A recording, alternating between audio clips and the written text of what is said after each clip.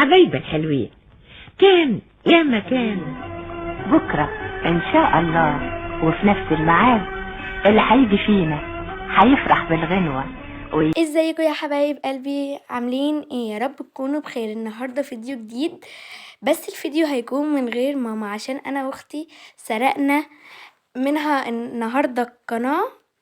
فيا رب الفيديو يعجبكم، وقبل ما نبدا حطوا لايك. اول حاجه كده كيلو دقيق، معلقه كبيره خميره، معلقه كبيره سكر، معلقه كبيره زعتر، معلقه كبيره لبن بودر، معلقه صغيره من الملح، ومعايا برضو معلقه خل ونص كوبايه زيت وميه دافيه. هبتدي ان انا اقلبهم لحد لما يتخلطوا مع بعض قبل ما اضيف الميه. انا سلمى وانا هدى، واحنا النهارده هنعمل معاكم البيتزا. وحطيت معلقه خل، وهحط هدى كده بقى كانت بتحط لي الميه الدافيه بالتدريج عشان العجينه تتمسك. لو حطيت زياده يعني لقيت العجينه اتمسكت ما تحطش زياده عشان ايه تعرفي تمسكيها. وهحط نص كوبايه زيت وهبتدي ان انا اعجن فيها عشان تبقى تتمسك كده وتبقى اللي انا اقدر امسكها. ابتديت بقى كده اللي انا اعجن فيها زي ما انتوا شايفين، وهحطها تخمر لمدة نص ساعة. وانا بقى هدى كنا بنقطع الطماطم كنا بنقطع الطماطم يا جماعة. كنا بنقطع بقى هنا الطماطم، وكنا بنتسابق بقى، وكنا متحمسين قوي عشان نعمل البيتزا. يعني واحنا هنا بقى كنا بنعمل ايه، كنا قطعناها خلاص. يلا هنجيب بقى الفلفلة وهنقطعها، ودي المكونات اللي احنا هنحطها على البيتزا. وحط لايكات واشتراكات عشان يوصلك كل جديد من اللي احنا بنعمله. وقولنا عايزين نكمل ولا لا، وقولنا ايه رأيكم في البيتزا، وإن عايزين نكمل في القناة مع ماما ولا لا. ماشي. وهنا بقى كنا بنقطع زي ما شايفين. كنا برضو بنعمل سباق. فاحنا بصوا كنا متشجعين قوي، وانتوا كمان شجعونا عشان نستمر ونعمل برضو وصفات كتيرة. انتوا لو كتبتوا كومنتات حلوة اللي احنا هنستمر ونعمل بقى حلويات وحاجات تانية كتير. فعلا دول بقى كان اخر فلفليتين قطعناهم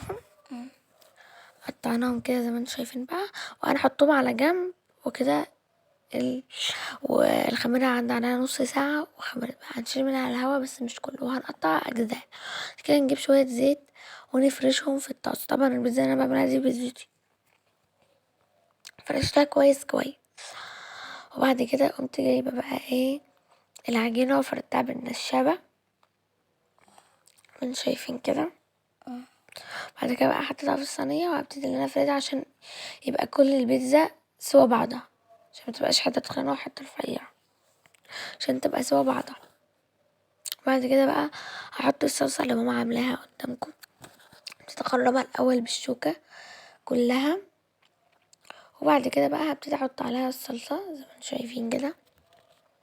بحط عليها الصلصة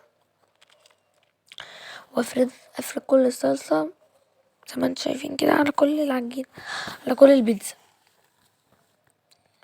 تمام. وبقى كده فردتها، والصلصة اللي كانت بتطلع مني كنت بمسحها بالمنديل.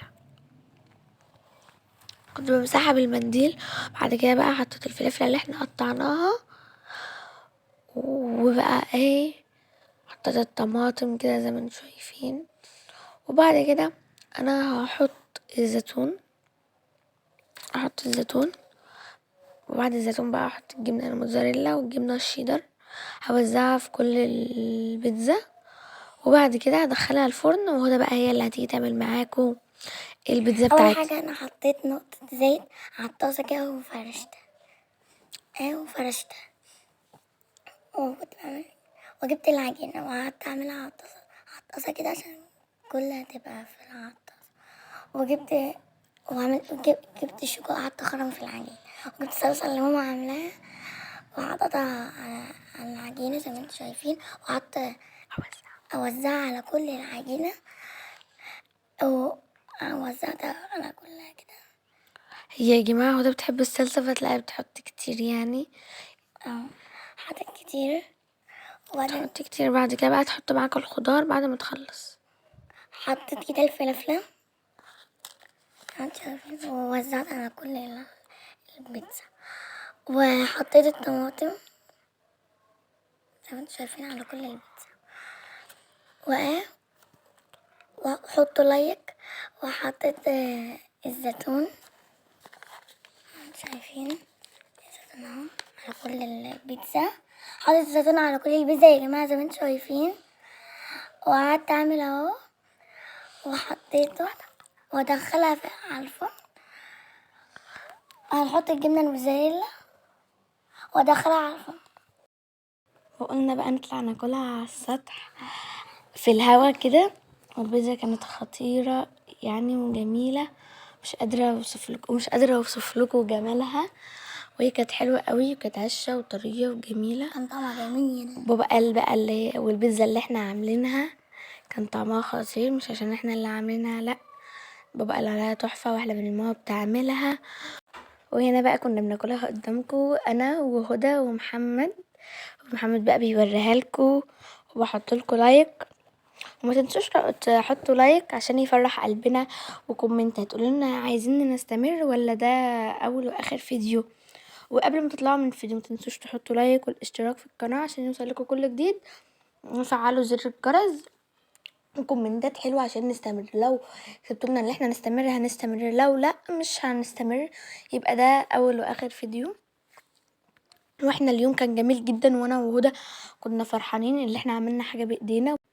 انا كمان بعرف اعمل حاجات كتيره، ولو قلتوا اللي انا اعملها هعملها واصورها معاكم في القناه زي الحلويات والكلام ده.